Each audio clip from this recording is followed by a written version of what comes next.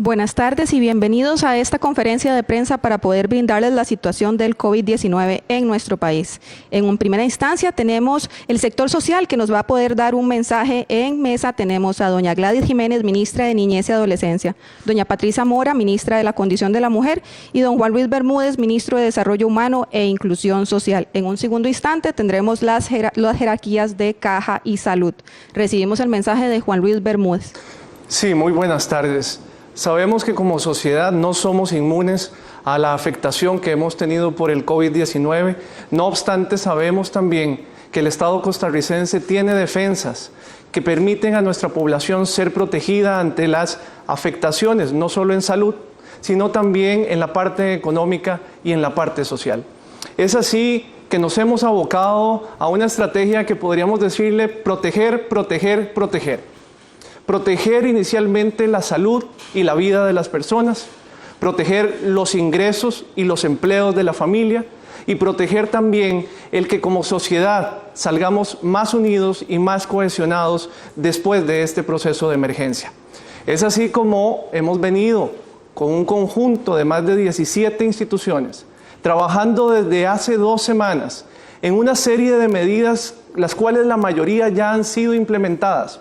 Estamos hablando de más de 50 acciones que en los distintos sectores, niñez y adolescencia, población en situación de discapacidad, población adulta mayor, población en situación de pobreza, población en situación de calle, entre otros, ya han sido tomadas por las distintas instituciones en conjunto con gobiernos locales y organizaciones no gubernamentales. ¿Cómo venimos trabajando? Dentro del Centro de Operaciones de Emergencia, que es el centro coordinador de todas las acciones de atención que tiene la Comisión Nacional de Emergencias, hay 8 mesas de trabajo. Una de esas mesas es la Mesa Técnica de Protección Social.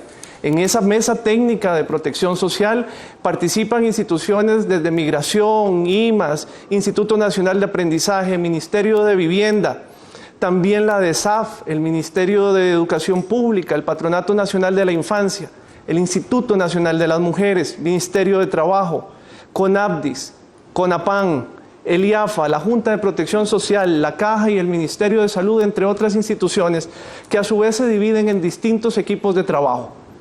¿Cuál es el objetivo de esta mesa de trabajo? Proteger a las familias, a las personas y a las poblaciones prioritarias y a su calidad de vida frente a las vulnerabilidades generadas por el COVID-19 y también por los impactos que la desaceleración de la economía y la reducción de las fuentes de empleo está generando. Es así como rápidamente, antes de darle la palabra a la ministra de la Niñez y la Adolescencia y la ministra de la Condición de la Mujer, puedo informarles que para familias en situación de pobreza se han mantenido las transferencias monetarias que ya estaban asignadas, exceptuándoles del cumplimiento de las condicionalidades previamente establecidas, porque justo queremos que en este periodo no haya riesgo de desatención. Segundo, hemos construido un protocolo de atención masiva a población en situación de pobreza afectada por el COVID. Y esto es muy importante y lo quiero recalcar aquí. Ningún habitante de este país debería cuestionarse el ir a un diagnóstico oportuno en razón de que su situación socioeconómica se lo impide o en razón de que su situación socioeconómica como proveedor o proveedora de la familia le hace cuestionarse qué va a pasar durante ese periodo. Hemos establecido un protocolo mediante el cual las órdenes de aislamiento de población con escasez de recursos nos permiten al Instituto Mixto de Ayuda Social intervenir de inmediato, garantizando un subsidio durante ese periodo de aislamiento.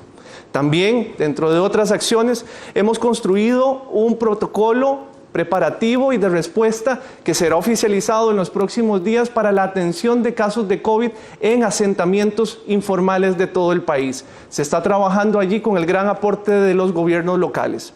También se ha gestionado con el Sistema de Naciones Unidas kits de limpieza para ser distribuidos mediante la Comisión Nacional de Emergencias en asentamientos informales. En el caso específico de las personas en situación de discapacidad, esta acción ha venido siendo liderada por el CONAPDIS, el Consejo Nacional de Personas con Discapacidad, y su directora, doña Lisbeth Barrantes. Ahí lo primero que hemos hecho es reconocer a la población en situación de discapacidad como población también vulnerable al contagio, por el uso de las ayudas técnicas, las sillas de ruedas, el tacto a la hora de hacer lectura braille o bien a la hora de hacer comunicación vía LESCO.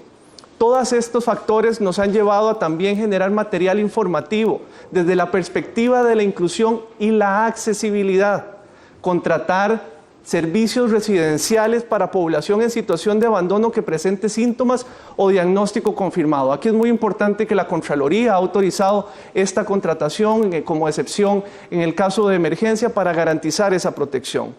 Y hay 900 personas que se encuentran ubicados en residencias o grupos o hogares grupales a las cuales se les ha brindado artículos de higiene y limpieza de tal manera que puedan subsanar los costos incrementales que esta situación nos ha generado a todos y a todas. Específicamente en el caso de personas adultas mayores, las acciones lideradas por el Consejo Nacional de la Persona Adulta Mayor conllevan el abordaje de la población en hogares de larga estancia para la prevención y atención oportuna de casos con diagnóstico confirmado. Se han mantenido las transferencias monetarias a la población. Adicionalmente, se atiende situaciones de violencia y factores de riesgo previamente identificados con las redes de cuidado del adulto mayor. Mediante la red de cuidado también se brinda atención a 14.810 personas adultas mayores mediante la atención domiciliaria. Y como lo anunció el presidente ejecutivo de la Caja Costarricense de Seguro Social, trabajamos en una estrategia de prevención y de precisión para atender a adultos mayores con factores de riesgo en todo el territorio nacional, de la cual próximamente podremos entrar en detalle. Adicionalmente, en población y territorios indígenas, se ha elaborado un plan de acción para el abordaje del COVID-19 dentro de estos territorios. El plan incluye 4 líneas de acción: participación comunitaria en la prevención en el territorio indígena, abordaje de casos sospechosos y confirmados, así como atención de pacientes positivos del COVID con apoyo de la red de servicios de salud. Finalmente, en mi intervención, para personas en situación de calle, hemos también logrado, con apoyo de organizaciones no gubernamentales, realizar la distribución de artículos de higiene y limpieza, tanto para personas en lo individual como para las organizaciones encargadas de su atención. Asimismo, se coordina con la Municipalidad de San José en la apertura de un segundo centro de albergue para personas en situación de calle. Igualmente, se han emitido lineamientos generales para dispositivos de atención de personas en situación de calle con riesgo de COVID. Estas son las primeras acciones. De las siguientes se referirán mis colegas ministras. Muchísimas gracias. Recibimos el mensaje de Gladys Jiménez, ministra de Niñez y Adolescencia. Muy buenas tardes. Desde las distintas 17 instituciones que constituyen el sector social, hemos venido implementando una serie de medidas de primera respuesta y muchas de ellas van dirigidas al más de 1.400.000 niños y niñas y adolescentes que están en el territorio nacional. Antes de comentarles algunas de esas medidas que se han implementado desde el sector social para los niños, niñas y adolescentes, quiero hacer un llamado a los niños, niñas y adolescentes que hoy están en la casa a permanecer en el hogar. Hay muchas actividades que podemos realizar, hay muchas acciones en familia que podemos implementar. Como madre de 4 niños sé que es difícil, pero hay muchas actividades, hay que ser creativos para poder implementar acciones durante este tiempo que permanecemos en familia. A los padres y madres hago un llamado vehemente a extremar las medidas de seguridad que estamos adoptando en la casa para evitar accidentes, para evitar riesgos y sobre todo un llamado a acatar los llamamientos que ha hecho el Ministerio de Salud y la Caja Costarricense de Seguro Social para permanecer en casa. Como Patronato Nacional de la Infancia podemos adoptar distintas medidas de protección en favor de los niños y niñas que están siendo violentados o en riesgo de que estos lineamientos se cumplan, desde el dictado de una medida de protección hasta un apercibimiento. pero es muy importante que los padres y madres sepan el riesgo y la atención que debemos brindar a las medidas que nos están diciendo que acatemos. Por otro lado, en cuanto a las medidas que se han venido aplicando desde el sector social, puedo indicar que el Censinay, que cubre a más de 37,000 beneficiarios, ha implementado una estrategia que se llama Alimentos en Casa, lo cual trata de dotar a los más de 37,000 beneficiarios de los 627 Censinay de alimentos que llegan a sus hogares una vez al mes. En el caso del Ministerio de Educación Pública se ha implementado el cambio de modalidad de la entrega de alimentos en comedores escolares para más de 950,000 estudiantes beneficiarios de comedores estudiantiles. Aquí hago la observación que si en una familia hay 3 beneficiarios, los 3 recibirán el beneficio del diario que se está entregando. Además, a los niños y a las niñas, recordarles que el Ministerio de Educación ha implementado una caja de herramientas y un programa de Aprendo en Casa para que pueda ser utilizado durante estos días que estamos en el hogar y que podamos distraernos y divertirnos y seguir aprendiendo durante este tiempo. En el caso de la red de CUDI se han habilitado los centros de cuidado y siguen brindando el servicio a la población. Esto es muy importante que se sepa. En el caso del Patronato Nacional de la Infancia, que tiene los CIDAES, son 96 CIDAES en todo el país, que van dirigidos a niños de 0 a 12 años, también se están dando la atención debida en la mayor cantidad de los CIDAES que en este momento se encuentran abiertos. Específicamente el Patronato Nacional de la Infancia ha venido durante todas estas semanas haciendo un llamado al hogar a través de campañas que la empresa privada nos ha facilitado a través de radio, prensa y televisión de manera gratuita para dirigirnos al hogar y reforzar las medidas que debemos implementar. También se ha visitado a los 46 albergues que tiene el Patronato Nacional de la Infancia y que atiende a 451 niños y niñas, y para el envío de equipo de insumos de higiene se ha utilizado también el apoyo de la empresa privada para el transporte.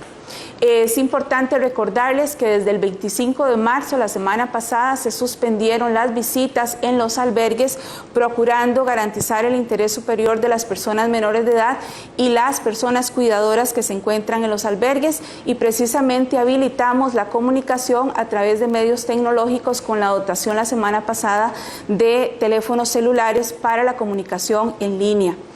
Se ha habilitado y se ha dado preferencia al uso de las tecnologías, pero eso no significa que las 53 oficinas locales del Patronato Nacional de la Infancia siguen atendiendo a través de los medios y las líneas que hemos habilitado, la 1147 para la consulta de niños, niñas y adolescentes, así también la consulta que se hace del 226-2626 para las madres adolescentes madres, y también el 911 PAN.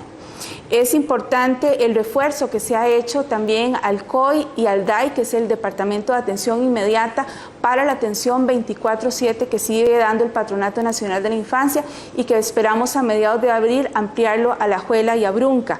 Y también hemos contado con el apoyo de ONGs, el PAN y Amor y UNICEF, para no solo dotar a los niños y niñas de instrumentos para estar en la estancia en los albergues, sino también para apoyar las campañas que venimos realizando. Como pueden ver ustedes, son una serie de acciones que se vienen realizando para los niños, niñas y adolescentes del país, pero cierro diciendo que el ejercicio de los derechos y la garantía de este ejercicio de los derechos de nuestros niños, niñas y adolescentes es una responsabilidad de toda la sociedad. Por eso hago un llamado para que se denuncien las situaciones de riesgo en las que estén nuestros niños y niñas. Recordamos que el ambiente de familia ahora es un ambiente cerrado y puede incrementarse en algunas situaciones de riesgo, pero un llamado a toda la sociedad como Sistema Nacional de Protección a proteger a nuestros niños, niñas y adolescentes, y a trabajar juntos y juntas, porque de esto vamos a salir muy pronto. Doña Patricia Mora, ministra de la Condición de la Mujer, su mensaje. Muy buenas tardes. Efectivamente, el país atraviesa una situación de crisis y de emergencia que muchas generaciones no conocíamos. Y esta crisis afecta de manera particular a las mujeres. Mayoritariamente somos nosotras quienes realizamos los trabajos de cuidados. Esos trabajos que quizás nunca antes en el planeta habían sido tan valorados. Hoy el planeta entero sabe que esa es la labor más humana entre las humanas, la de cuidarnos. Cuando las mujeres nos quedamos en casa, porque así lo disponen las instancias competentes, que lo que debemos de respetar es ese aislamiento social, efectivamente el trabajo nuestro se acrecienta. Habrán más seres humanos a los cuales cuidar. Pero además, al vivir en espacios pequeños y confinados, somos las mujeres las que estamos más expuestas no solo al contagio por el virus, también al estrés y también a lo que significa para nosotras saber de qué hablamos cuando hablamos de violencia intrafamiliar y de violencia de género. Por eso, antes de seguir, quiero hacer un llamado vehemente, amoroso, pero vehemente. Atravesamos un momento terriblemente difícil, pero lo estamos atravesando con la cabeza en alto, porque este es un país que se quiere. Es un país en donde hoy funciona un Estado social de derecho y en donde, para honrar a nuestros antepasados, debemos de asegurar en nuestros hogares, en nuestras familias, en nuestras casas, un clima absolutamente libre de violencia, un clima de respeto. Las costarricenses y los costarricenses hemos sabido respetarnos a lo largo de las décadas. Hagámoslo hoy también en procura de no causar más estrés y más problemas. Además, las mujeres, cuando somos asalariadas, tenemos hoy el trabajo ese remoto, el teletrabajo, al que le añadimos los trabajos de cuidados. Pero además, y es esta una preocupación central del Instituto Nacional de las Mujeres, la informalidad en este país tiene cara de mujer. Las mujeres somos quienes mayoritariamente trabajamos de manera independiente. Es decir, salimos a ganarnos el sustento diario con trabajos que no tienen seguridad social, con trabajos que no tienen la cobertura que puede tener el sector formal de la economía. Y entonces es muy difícil poder vivir el aislamiento social, el confinamiento, si no tenemos la seguridad de cómo vamos a llevar el plato de alimento a nuestra mesa. Las mujeres hemos estado en primera línea. La Organización Mundial de la Salud nos habla de que más de un 70% del personal sanitario en el planeta somos mujeres.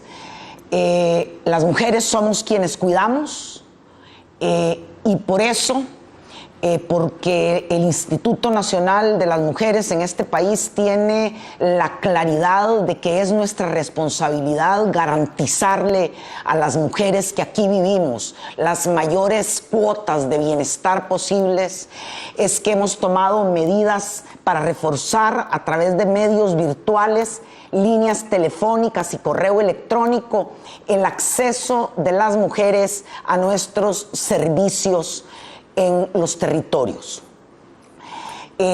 Estamos con 6 sedes regionales abiertas.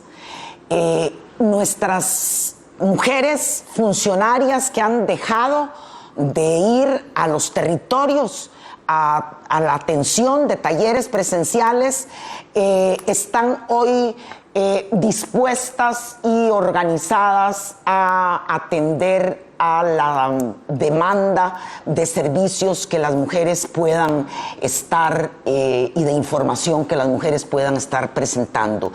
Mantenemos la atención a través del Centro Operativo de Atención a la Violencia Intrafamiliar.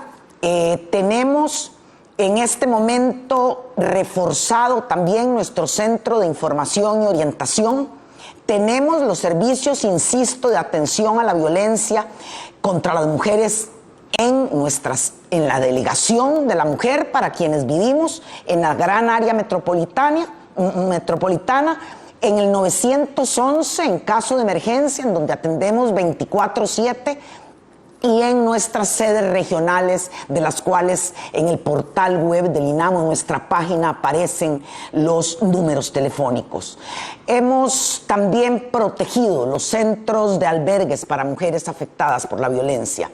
Hemos organizado una residencia alterna para los casos de aquellas mujeres o niños o niñas que resulten contagiados. A través de la Mesa de Protección Social, de la cual formamos parte, estamos trabajando para garantizar el abastecimiento de productos de limpieza que nos garanticen el bienestar de las mujeres y de sus hijas e hijos que ahí tenemos. Estamos dando seguimiento y monitoreo a mujeres en condiciones de pobreza y de vulnerabilidad. El INAMO atiende semestralmente un promedio de 6,000 mujeres en pobreza. Este semestre habíamos ya iniciado con los 2 primeros talleres presenciales. Ese vínculo que desde la institución se tiene, en este caso, con esas 6,000 mujeres hoy inscritas, pero con las anteriores que en años pasados hemos tenido ya estos talleres de formación humana, estamos conformando y utilizando en este momento líneas telefónicas y de WhatsApp para saber nosotras de sus necesidades puntuales y poder de esa manera garantizarnos que las necesidades y demandas específicas de las mujeres más pobres y vulnerables en nuestro territorio sean tomadas, por supuesto, en cuenta en el momento en que el gobierno y las distintas instituciones empiecen a entregar los subsidios. Quisiera hacer un llamado a la corresponsabilidad de los cuidados. Hoy, como lo hemos visto, se ha acrecentado esa carga que históricamente hemos tenido a solas las mujeres, y pedimos que reflexionemos. Las labores de cuidados, hoy centrales para la supervivencia del planeta, debemos de repartirlas en partes iguales entre los miembros de la familia. Que sean unos días en los que podamos efectivamente retomar esa calma que normalmente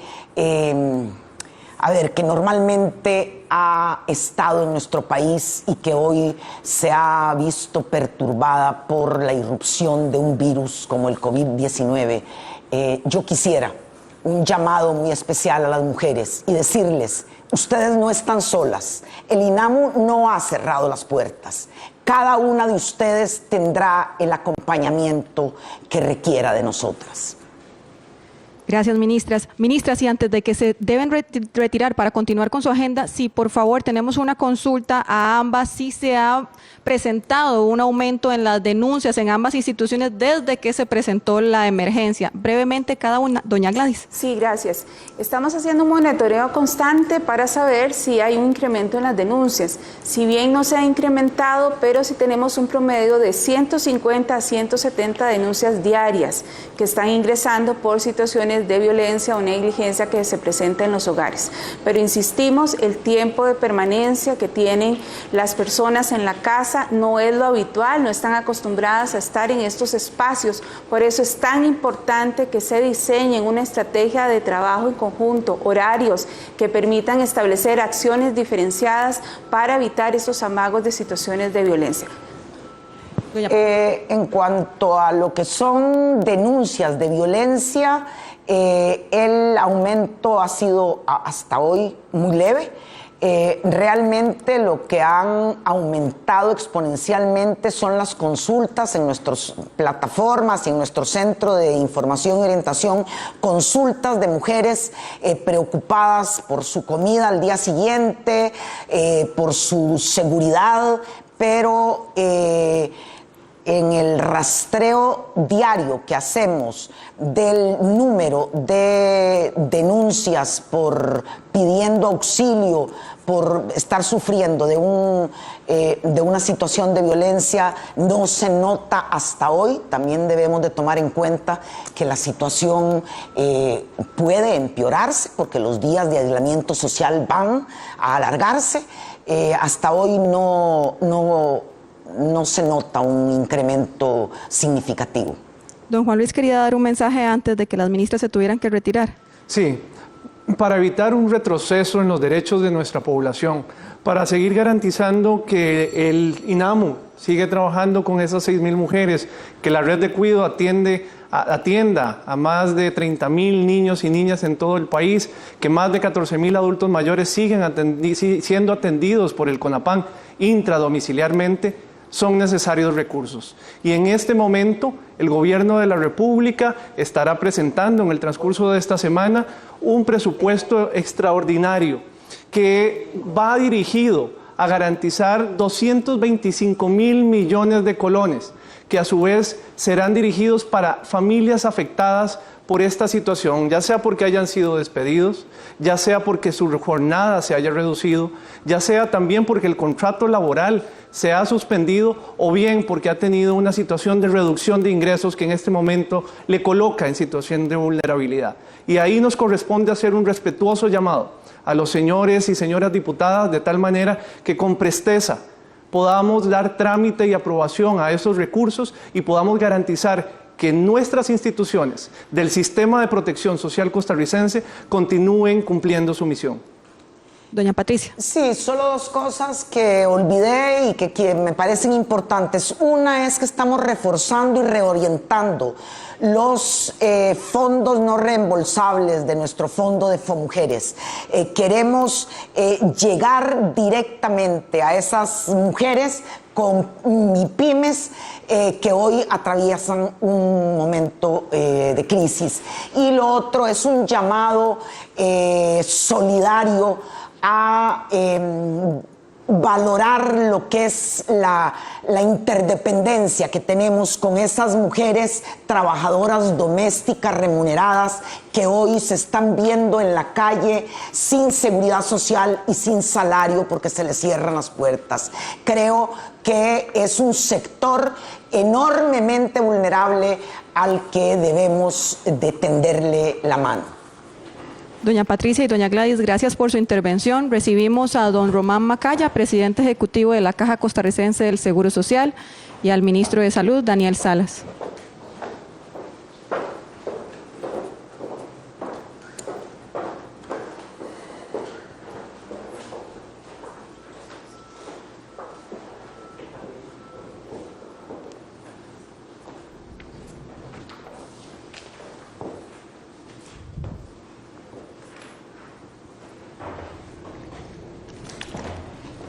Don Román, su mensaje, por favor.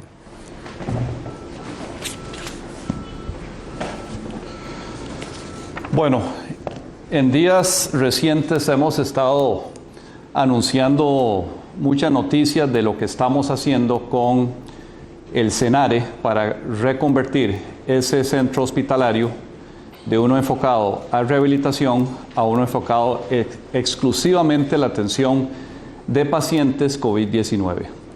Lo que no hemos dicho es cómo estamos atendiendo a la población que requiere de esos servicios de rehabilitación. ¿Cómo vamos a atenderlos? Y eso es lo que quisiera anunciar hoy.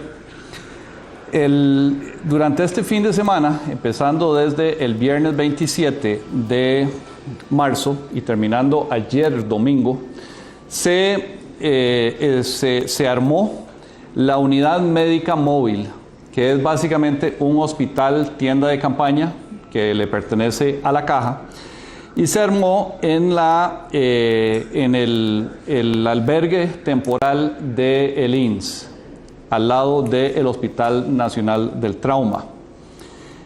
Este hospital tienda de campaña tiene 3 cubículos o 3 módulos.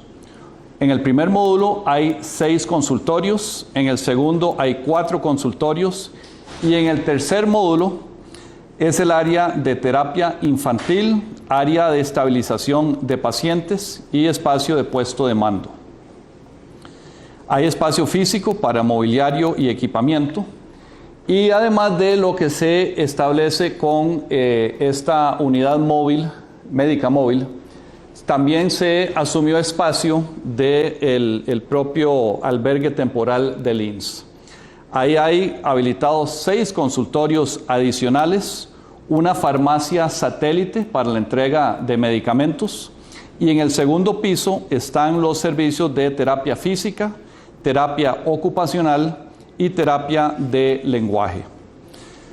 La unidad móvil, médica móvil tiene todas las facilidades que se requieren, cumple con la ley 7600 en términos de rampas y espacios de acceso, tiene autonomía en cuanto a planta eléctrica y suministro de agua, tiene acceso a internet para el uso del expediente digital único en salud, nuestro expediente EDUS, computadoras y todo lo que se requiere para que esto funcione como si estuviera operando el SENARE que hoy conocemos.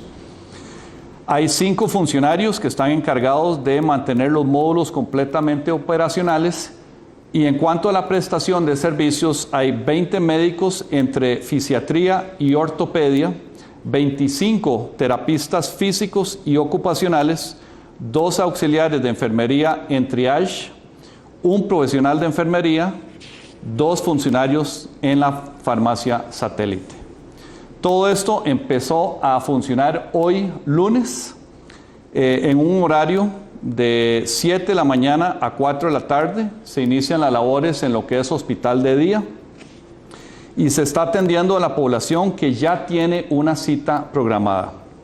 Los pacientes deben llevar el papel de la cita original y se le está pidiendo a todo el personal o toda la población que requiere de los servicios del SENARE que actualicen su información telefónica, porque hemos estado haciendo algunas llamadas para contactar a la gente, para indicarles en qué día deben venir a estas nuevas instalaciones temporales para SENARE para recibir los servicios. Y en algunos casos no estamos pudiendo localizar a la persona. Pueden actualizar su información llamando al call center del SENARE, que también opera de 7 de la mañana a 4 de la tarde. Ese teléfono es el 22 32 82 33. Repito, 22 32 82 33 y con eso pueden actualizar su teléfono y otros datos de la información. Y ahí básicamente le van a orientar para establecer el orden de los pacientes que se van a atender en estas nuevas instalaciones del SENARE. También se está dando la consulta por telemedicina. Eso es algo que continúa especialmente para las regiones más lejanas.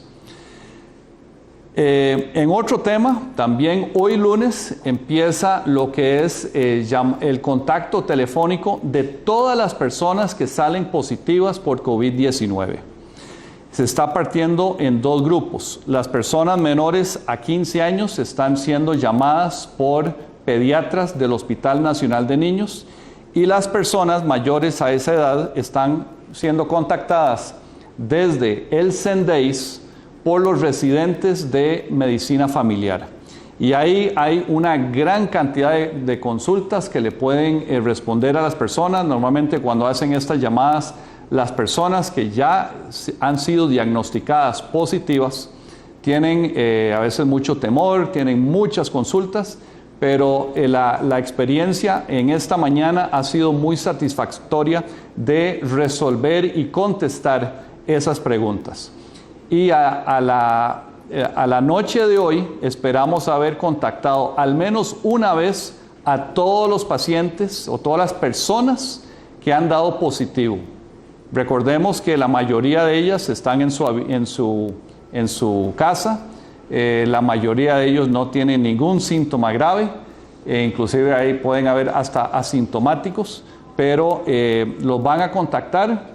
Nada más estén tranquilos, ya tenemos su información, porque cuando se notifica la orden sanitaria de aislamiento, se les toman los datos para comunicarnos con ustedes. Así que el día de hoy, al menos una vez estaremos contactando a todos los pacientes que han dado, o las personas que han dado positivas, para contestar todas sus preguntas y orientarlos en esta etapa. Don Daniel, su reporte COVID, por favor. Muy bien, buenas tardes a los presidente ejecutivo de la Caja, el ministro de Bienestar Social y a todos los que están sintonizando la transmisión. Tenemos, al ser 30 de marzo, 4 personas que se han recuperado luego de haber estado infectados con COVID, o más bien de haber tenido la enfermedad COVID-19. Tenemos en total 330 personas positivas por COVID-19 en un rango de edad que va desde 1 año hasta los 87 años. Se trata de 160 mujeres y 140 hombres, de los cuales 303 son costarricenses y 27 son extranjeros. Tenemos 52 cantones que han reportado casos positivos en las 7 provincias del país. Si lo dividimos por categorías en grupos de edad, 293 son adultos, 24 son personas mayores y 13 son menores de edad. Se han descartado un total de 3.362 personas, y yo aquí quiero hacer un paréntesis para explicar que se han hecho más pruebas de esas 3.362 que se han descartado, más los que han salido positivos. ¿Por qué es eso? Porque hay personas que salen indeterminados, por ejemplo, y se les tiene que volver a correr la prueba. También hay todas las personas que salen confirmadas positivas, tienen que hacérsele 2 pruebas más para determinar su estatus de que ya no están infectando, además de que en las primeras fases, cuando empezamos a implementar el examen en Inciensa, se estaba haciendo también un control de calidad. Cuando empezamos a hacer en la Caja Costarricense de Seguro Social, se hacía un control de calidad con Inciensa, entonces se corrían las 2 muestras justamente para ajustar. Y eso es muy importante aclararlo, porque sí se han hecho más pruebas de si sumamos solamente las personas que se han descartado de las personas que han salido positivas. Además, contabilizamos 2 lamentables fallecimientos, ya lo hemos dicho, 2 personas adultas mayores costarricenses de 87 años ambos. Tenemos en total en hospitalización 15 personas positivas por COVID-19 y tenemos 7 personas en unidad de cuidados intensivos en edades que van desde los 36 años hasta los 69 años. Además, vamos a indicar que en lo que corresponde a la restricción vehicular sanitaria, recordemos que tomamos esta medida para permitir una menor circulación de vehículos, especialmente en la noche, y que el fin de semana lo redujimos o empezamos a aplicarlo a partir de las 8 de la mañana, dejó 331 multas por infringir la disposición y 434 partes. Y también, lamentablemente, fueron sorprendidos 18 conductores en estado de ebriedad. Y aquí yo llamo esto porque hemos llamado a toda la población a que nos unamos, a que seamos cautos, a que no ejecutemos conductas que sean irresponsables con nosotros mismos y con los demás, pero sigue habiendo incumplimiento de estas medidas. Y ya todos sabemos, por ejemplo, que no se debe conducir un vehículo en estado de ebriedad. Y sin embargo hay personas que lo siguen haciendo y son multadas. Y lo digo porque en este momento el llamado es a que tengamos una actitud, como lo dijo el director general de la OMS, doctor Tedros, una actitud de humildad, de solidaridad, de empatía.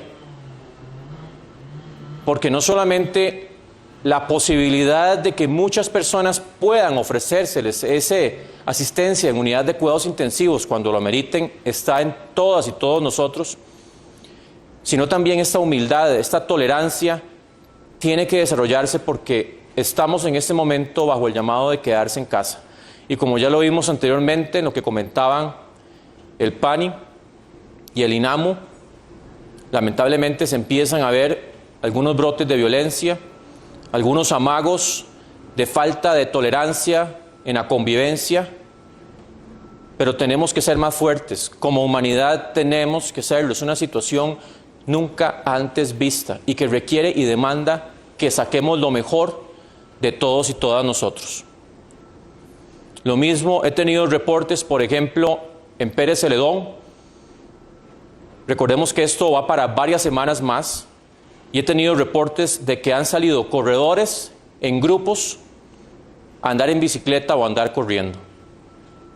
Y lo hemos dicho muchas veces, esa no es la actitud. Por favor, pueblo de Costa Rica, esa no es la actitud. No, cuando dijimos que se podía hacer actividad física un ratito fuera de la casa, solo, fuimos muy enfáticos en decir no vayan en grupos, no se organicen. Y esto no aplica para adultos mayores, ya dijimos que los adultos mayores no deben salir a hacer actividad física. Pero yo llamo al llamado de verdad a que tengamos cordura, a que tengamos... En esto no estamos pasando todavía lo peor, estamos empezando a subir la curva. Así que falta todavía.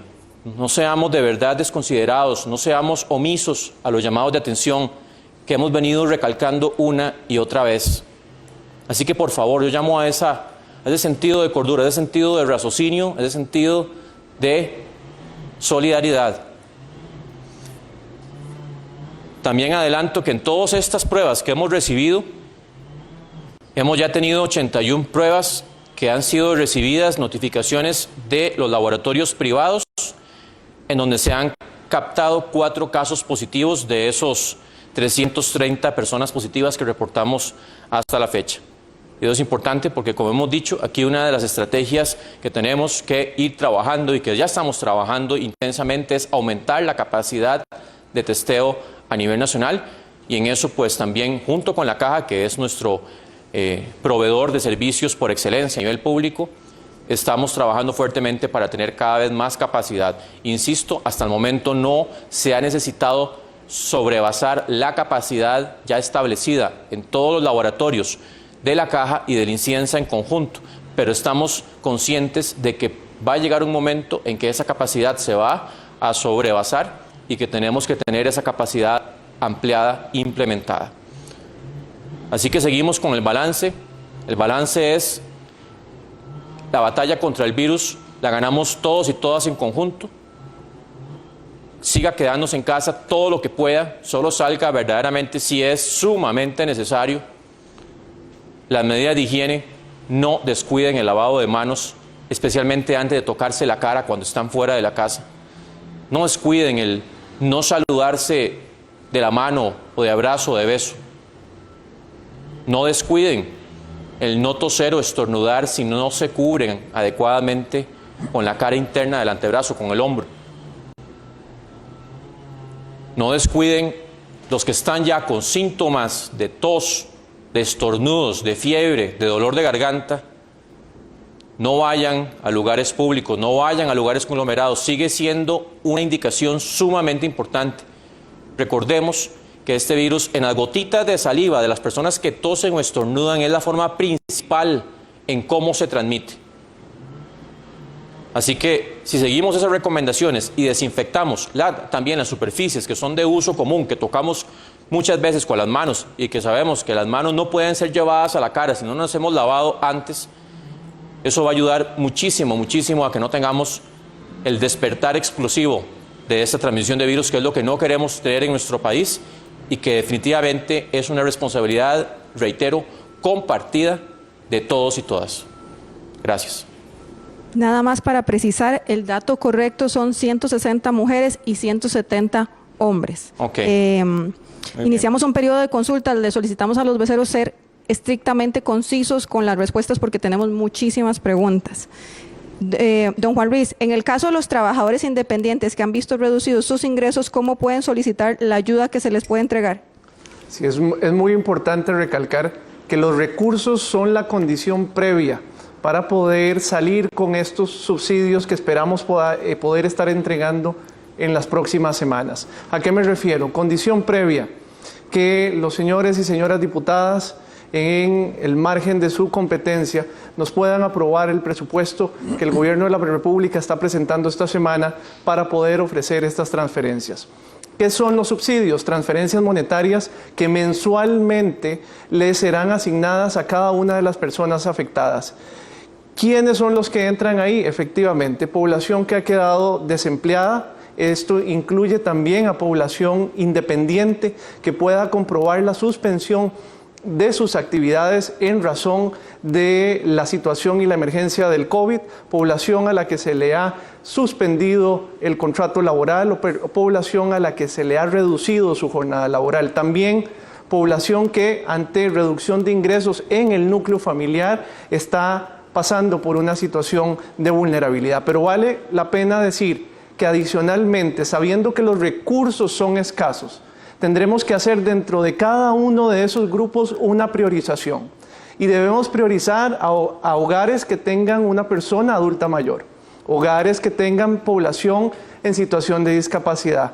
Y efectivamente la manera de acceder a estos beneficios será anunciada en los próximos días mediante una plataforma digital y de atención telefónica en la cual varias instituciones estaremos participando, de tal manera que deben estar atentos y atentas al banderazo y no saturar en este momento las líneas telefónicas ni las sucursales de nuestras instituciones, en razón de que en este momento están siendo utilizadas únicamente para la atención de los programas ya existentes. En el momento en que esté ese banderazo, el gobierno les dirá cuál es el canal digital, cuál es el canal telefónico para que puedan acceder.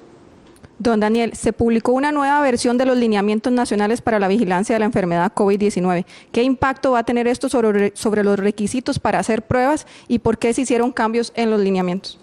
Los cambios en los lineamientos de vigilancia no han cesado, no es que están cambiando todos los días, pero sí ha habido una frecuencia importante porque los lineamientos, básicamente para explicarle a las personas, ¿qué significa lineamientos?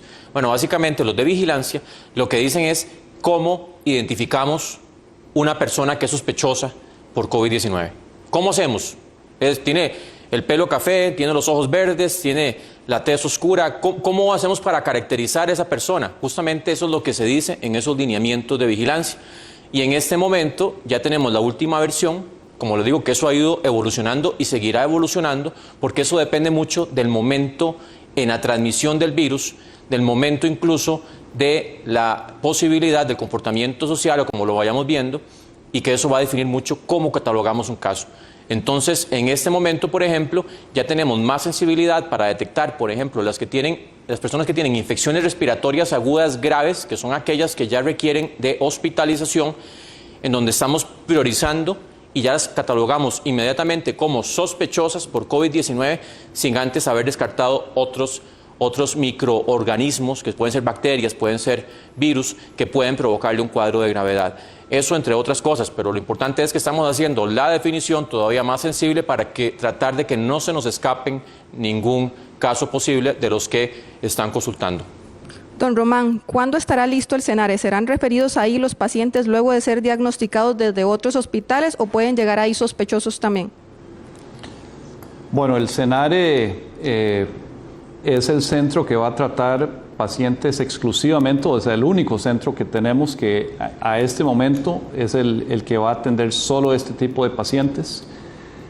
Las personas que salen positivas por COVID-19 serán referidas a SENARE por criterio médico. El día de mañana vamos a transmitir conferencia de prensa desde SENARE y ahí podremos contestar todas las preguntas operativas.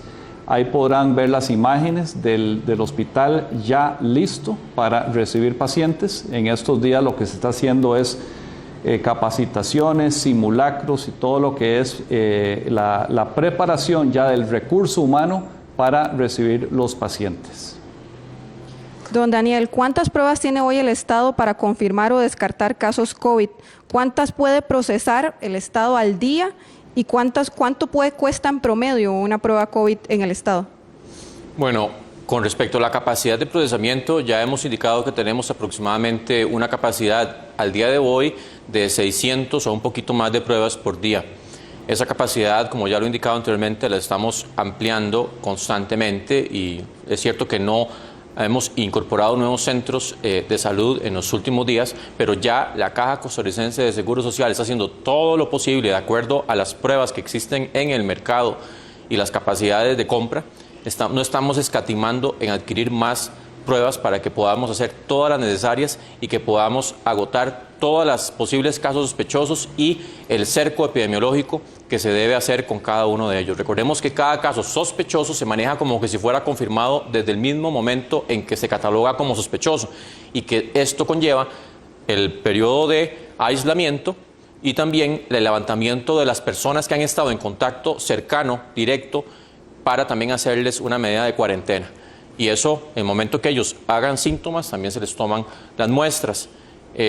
¿Cuál era el costo promedio? El costo promedio de una prueba, en realidad, eso va a depender. Recordemos que hemos tenido donaciones por parte de la OPS, OMS, en lo que ha sido principalmente el uso en el INCIENSA, en nuestro Laboratorio Nacional de Referencia en Salud Pública, pero en realidad los precios son variados. Hemos encontrado pruebas que van desde cada prueba a los $12 hasta los $35, y en eso pues también la Caja ha estado comprando algunas pruebas que también se encuentran más o menos en ese rango.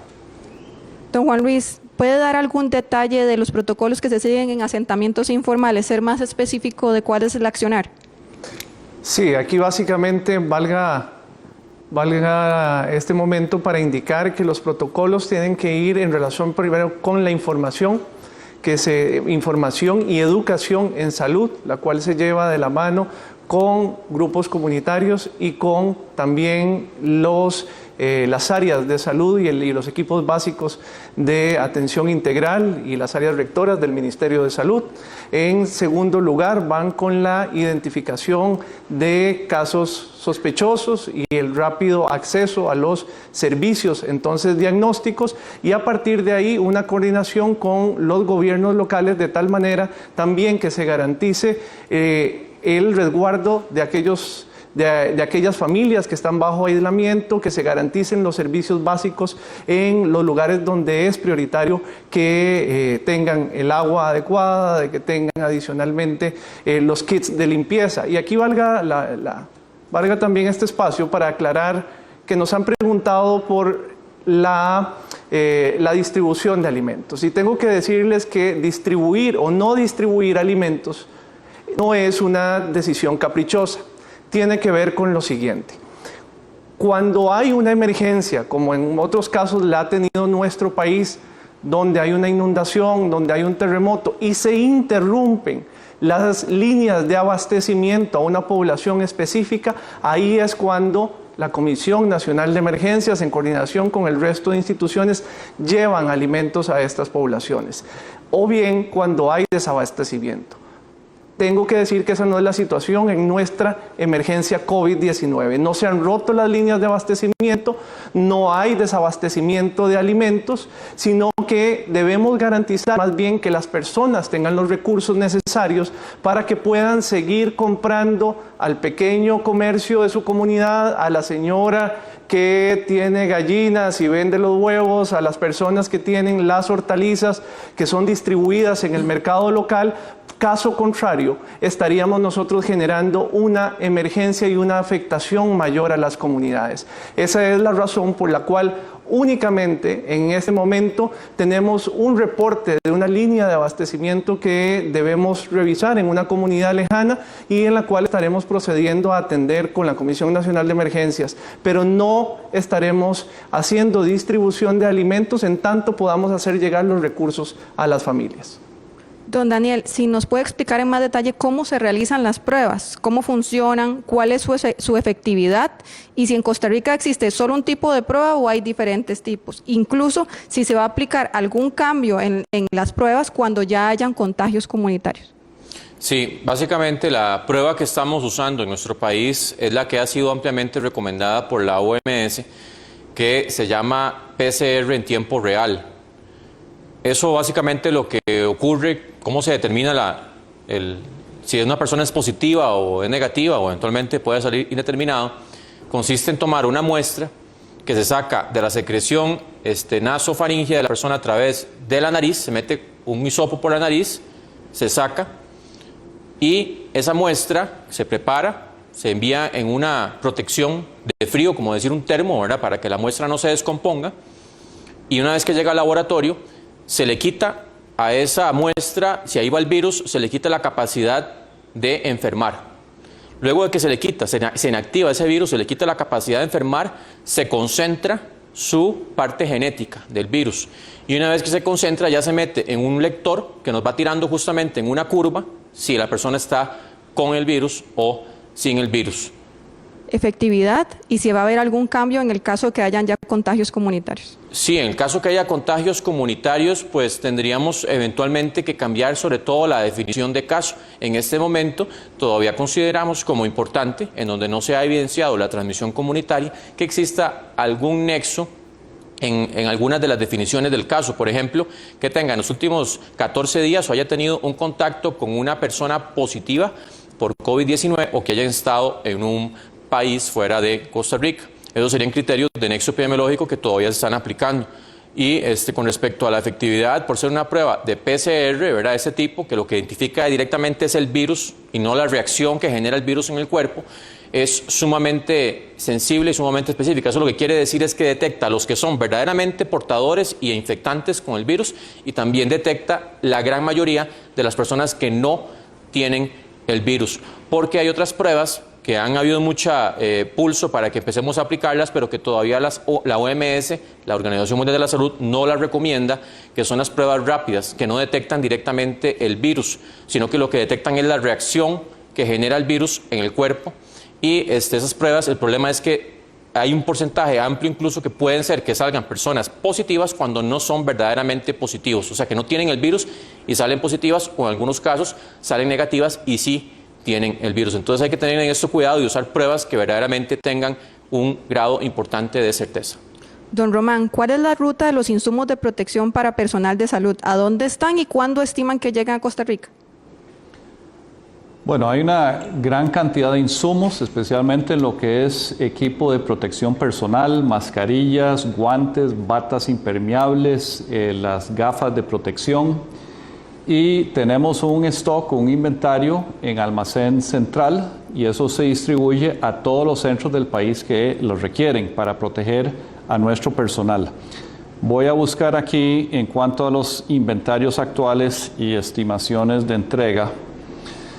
Por ejemplo, con mascarillas N95 que son recomendadas, tenemos en este momento un inventario a nivel de almacén central. Esto no incluye todo lo que está distribuido a lo largo del país en los diferentes centros, pero en almacén central son 6.600 unidades, pero llegarán 300.000 adicionales el 9 de abril, otras 300.000 el 13 de abril y 640.000 el 18 de abril. Ahí estamos hablando de más de 1.2 millones de unidades. Batas impermeables en este momento a nivel central tenemos 11.000, pero quedan por ingresar 100.000 unidades más el 8 de abril. Mascarillas descartables quirúrgicas tenemos 1.2 millones en inventario y ya se tramitó una compra de 3.9 millones de unidades adicionales. En cuanto a lentes de seguridad, el inventario es de 300, pero quedan por ingresar 700.000 unidades, más que son 200.000 el 13 de abril y 500.000 más el 24 de abril. Estamos hablando más bien de 700.000 unidades. La gerencia de logística está en una búsqueda constante de suministro de estos materiales que son, por lo general, son desechables, son consumibles. Y también hay un gran esfuerzo que se está realizando en el país por comenzar la producción local de muchos de estos insumos. Don Daniel, ¿existe un subregistro de los casos de personas que han desarrollado la enfermedad por coronavirus en el país?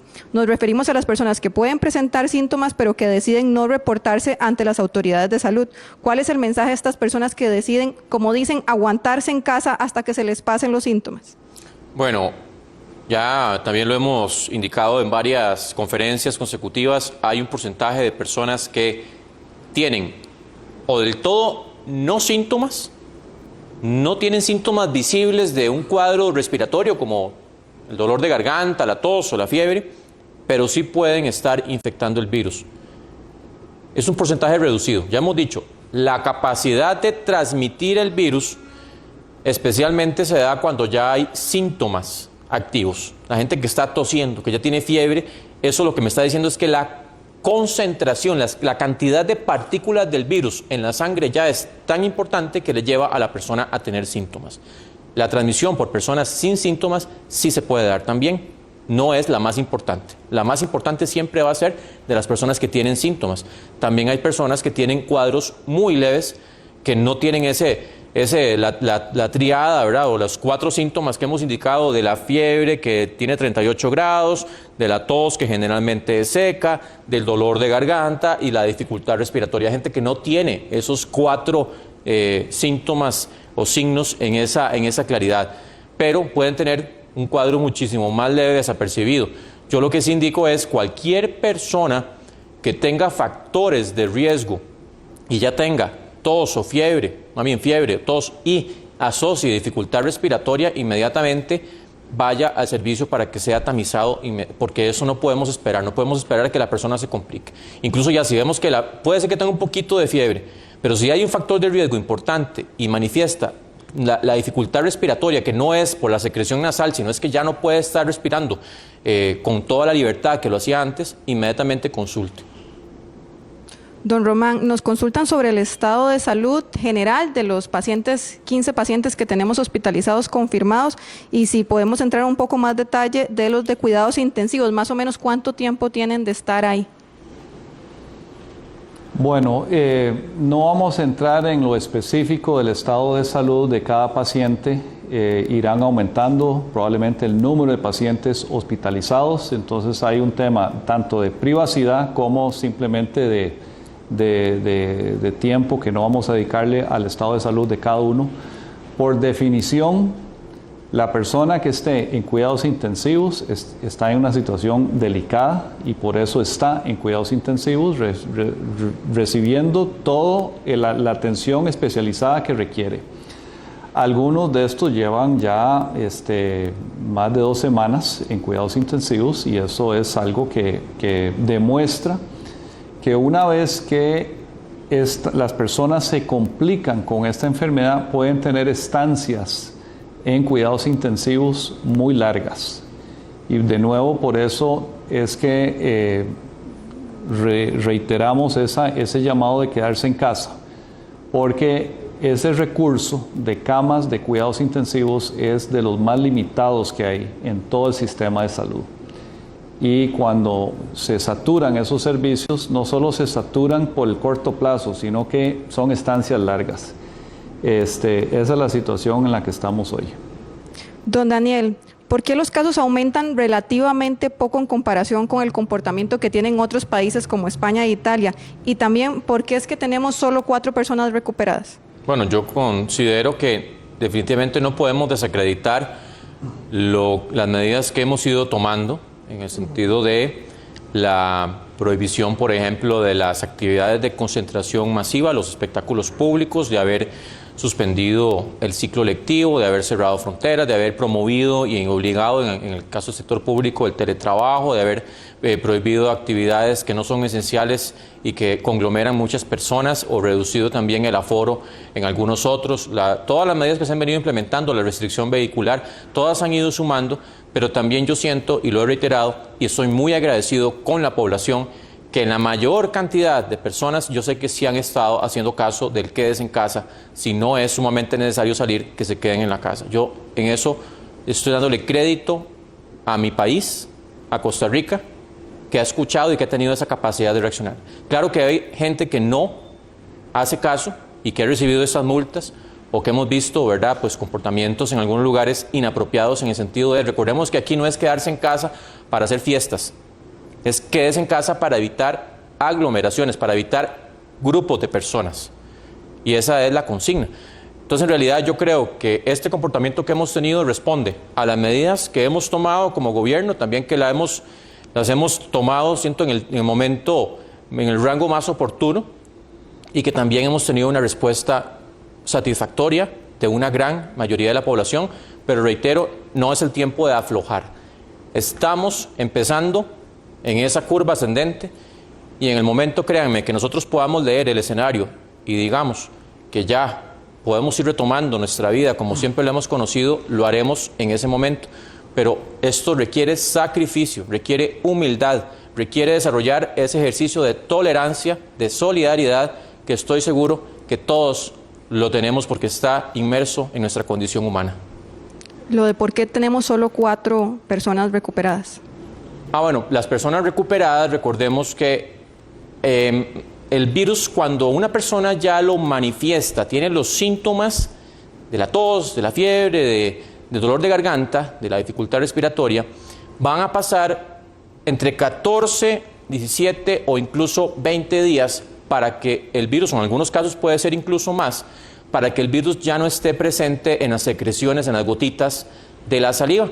Entonces, justamente, por eso es que tenemos muchos casos positivos, pero tenemos que esperar a que pase ese tiempo para volverles a hacer las pruebas para ya comprobar una de dos: o que el virus persiste y tenemos que seguir con ese aislamiento, o que el virus ya no está y entonces podemos decir que se recuperó y puede retomar su actividad usual, siempre bajo la consigna de ayudar a los demás en el lema de quédese en casa. Juan Luis, ¿ya Lima sabe cómo va a identificar a las familias que requieren una colaboración? ¿Cómo van a definir 375,000 familias?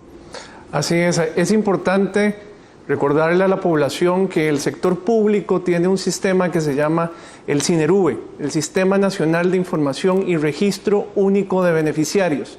Ahí vamos a poder identificar población que tiene mayor vulnerabilidad y factores de riesgo, que ya adicionalmente está en una condición socioeconómica que requiere la intervención del Estado costarricense mediante transferencias monetarias que le permitan en esta coyuntura atender las necesidades básicas. Esa es una vía que nos va a permitir llegar de forma muy ágil, llegar de manera tal que las personas no tengan que venir a las instituciones, de que el trámite sea lo más sencillo, porque adicionalmente tenemos efectivamente que atender casi a 400,000 hogares, pero no podemos aglomerarlos a todos en las oficinas. Así que echaremos mano también, además del SINERUVE, de otros recursos tecnológicos, de tal manera que las personas puedan autogestionar la solicitud en caso de que no hayan quedado en esos grupos primeramente identificados con los sistemas de información. Don Daniel, circulan audios indicando que habrá toque de queda a partir del miércoles. ¿Es así? Ya hemos indicado que, primero, en Costa Rica no existe la figura de toque de queda como tal. Eso es en países que tienen regímenes militarizados. No tenemos eso en Costa Rica. Lo que aplicaría eventualmente es, en primera instancia, una restricción al libre tránsito de personas, individual y colectivo, que eso se da por un decreto ejecutivo, y después ya tendría que ser el legislativo el que pueda prolongar esa medida. Ya hemos indicado que eso se anunciará con debida antelación en el momento en que se considere, tanto por el comportamiento de los casos y cómo se van transmitiendo, y también en el escenario de las posibles repercusiones que pueden tener ciertos momentos o de la respuesta social que se está generando en cuanto a las medidas que se han estado indicando. Entonces, nosotros hacemos un balance entre esos dos factores, principalmente los momentos epidemiológicos, la cantidad de casos que se van reportando, por ejemplo, personas en unidades de cuidados intensivos, los fallecimientos, pero también es muy importante momentos que pueden significar un riesgo incrementado o bien la poca respuesta, eventualmente que la gente se empiece a confiar, que dijeron esto ya no viene, cuando les digo estamos apenas empezando, y entonces ahí sí tendríamos eventualmente que considerarla de forma ya como tiene que ser, pero sí eso va a ser anunciado con antelación. Don Daniel, se le está dando orden sanitaria a todos los nacionales que ingresan al país. ¿Quién está controlando que en efecto cumplen esta orden sanitaria de aislamiento? Y además, existen dudas de estas personas que regresaron al país y que no se les hizo examen.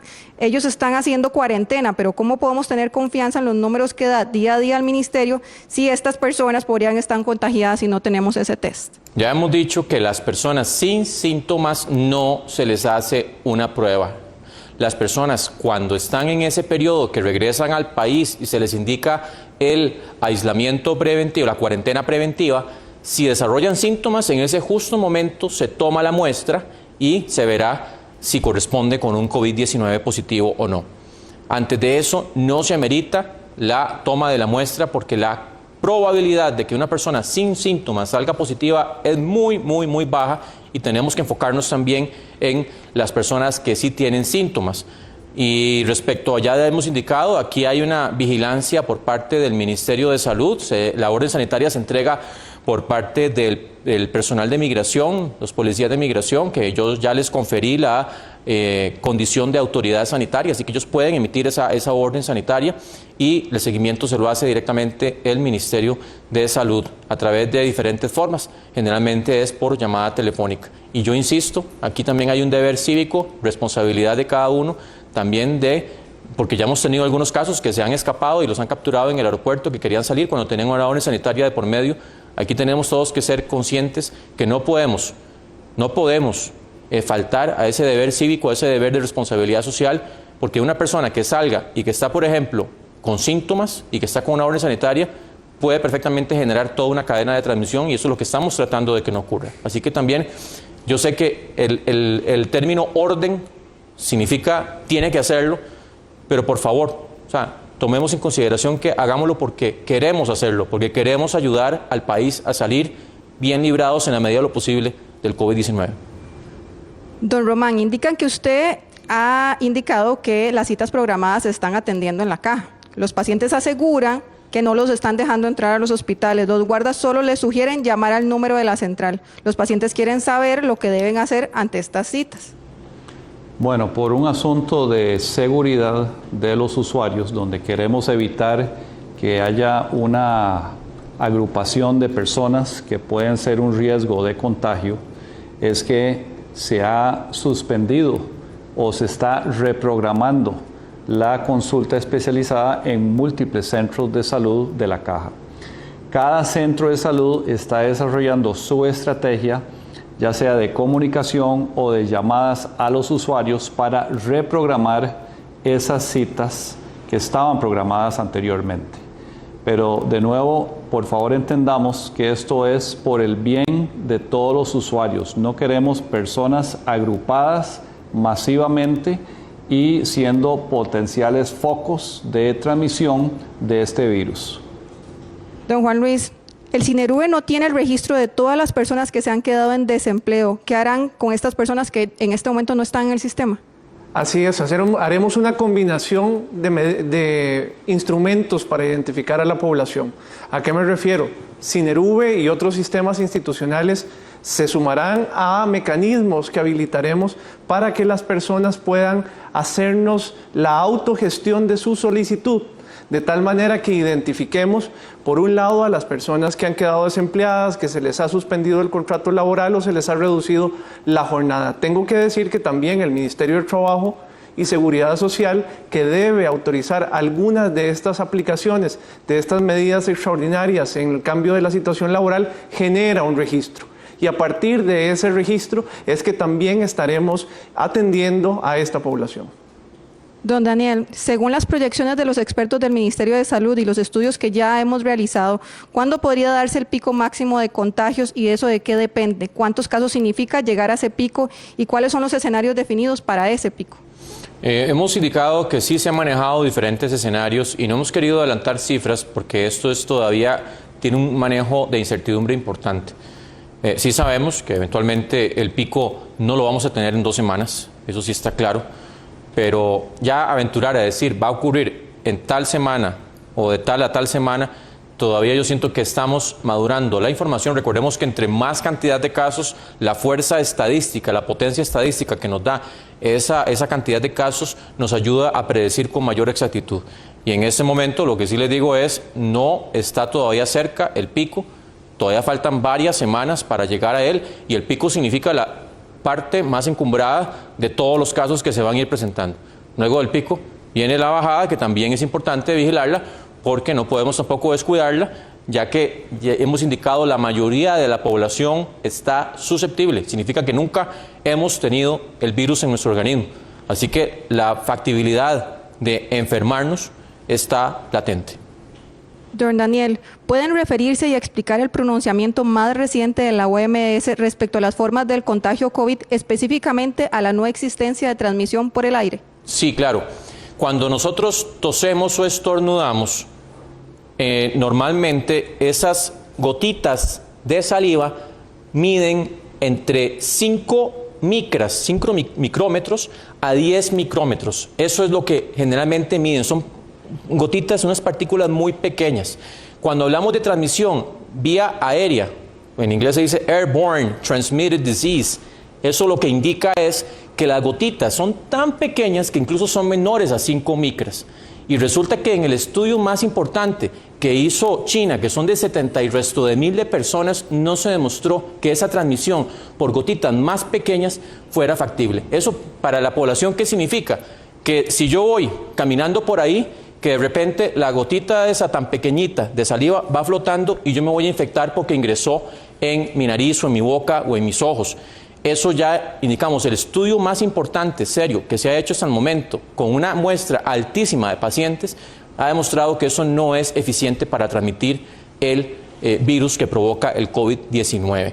Hay algún estudio que salió publicado en el New England Journal of Medicine, una revista muy importante, pero lo que ellos hicieron fue una simulación. Agarraron, como decir, una máquina de spray de pintura, obviamente mucho más sofisticada, y en un ambiente controlado vieron a ver si se podía transmitir por esa forma. Pero en la vida real las condiciones cambian mucho y para efectos prácticos se transmite por objetos contaminados con gotitas de saliva, o bien por estar en menos de 1,8 metros de una persona que está estornudando o tosiendo. Eso es lo que se considera de riesgo para adquirir el virus. Don Román, ¿qué va a suceder con los pagos de seguros voluntarios e independientes, ya que muchos dependen de su ingreso y al estar en casa la deuda corre? Perdón, ¿podría repetir la pregunta? Sí, claro.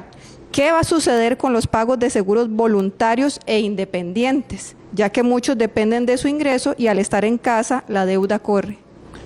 Bueno, esto es algo que es un reto país. O sea, sabemos que esta crisis no es solo una crisis sanitaria, va a haber una crisis económica asociada a esto.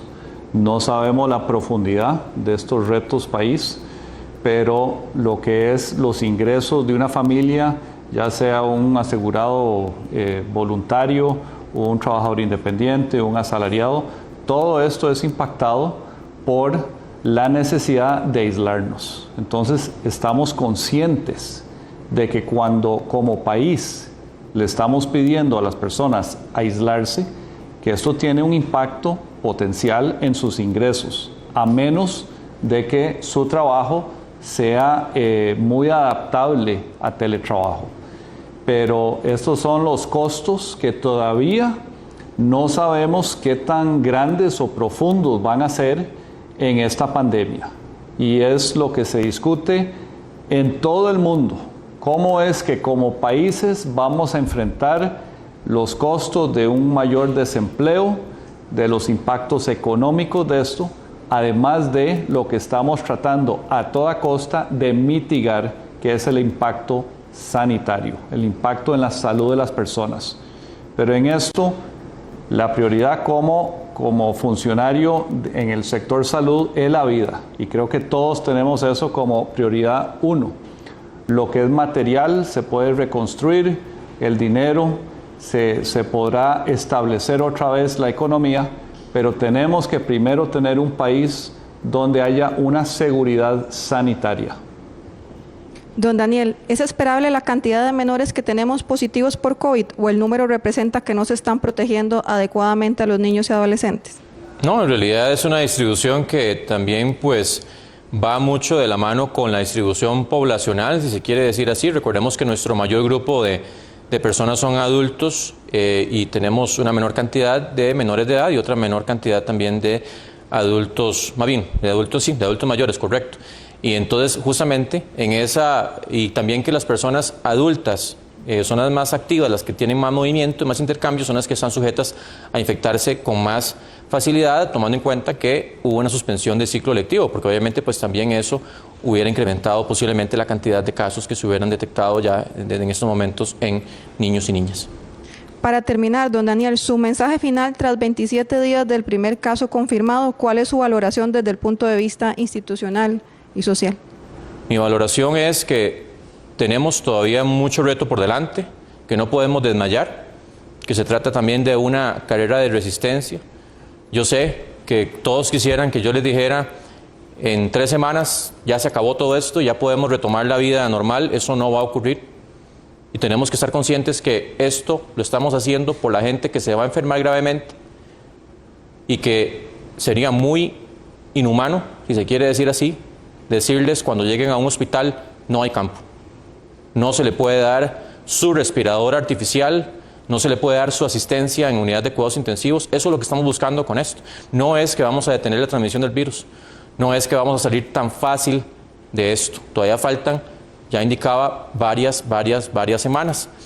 Pero vuelvo a llamar al punto de que tenemos que desarrollar lo mejor de nosotros mismos como humanos, la solidaridad, la humildad, la resiliencia, la capacidad de sobreponernos cuando tenemos un evento inesperado y que nos está golpeando fuertemente, y que esto sintámonos que el mundo lo está viviendo en conjunto, o sea, que no es algo que estamos aquí en Costa Rica viviéndolo aisladamente, es el mundo el que lo está viviendo. Que lamentablemente en países que no han tenido esa respuesta, como la estamos generando gracias al apoyo de todos ustedes, han tenido un montón de personas fallecidas y están apilando los féretros o los ataúdes, perdón, en iglesias. Y eso es lo que no queremos que ocurra acá. Y eso depende mucho de todo ese músculo gubernamental articulado que estamos trabajando desde hace ya un mes y resto, pero que ocupamos esa respuesta de todas y todos ustedes, de toda la población, porque sin eso no podemos salir adelante. Insisto, yo sé que la gente se puede aburrir y decir, es que ¿cómo voy a estar en la casa tanto tiempo? Aprovechemos para reencontrarnos nosotros mismos como humanos y para salir de esta más fortalecidos. Y a lo largo es para también valorar lo que hemos dado por un hecho o por sentado todo ese tiempo. Tenemos que dar muchas gracias por lo que hemos tenido y saber que en este momento muchas vidas penden de un hilo o van a pender de un hilo si nos consideramos, o más bien si nos comportamos de forma desconsiderada con los demás y salimos a lugares públicos y no hacemos este distanciamiento físico y social. Así que ese es el llamado, sigamos. Yo siento que estamos en una buena ruta, pero no podemos bajar la guardia bajo ninguna circunstancia. Todavía falta lo peor. Gracias. De esta forma damos por concluida la conferencia de prensa del día de hoy. Nos encontramos mañana otra vez a las 12:30 desde el Senare.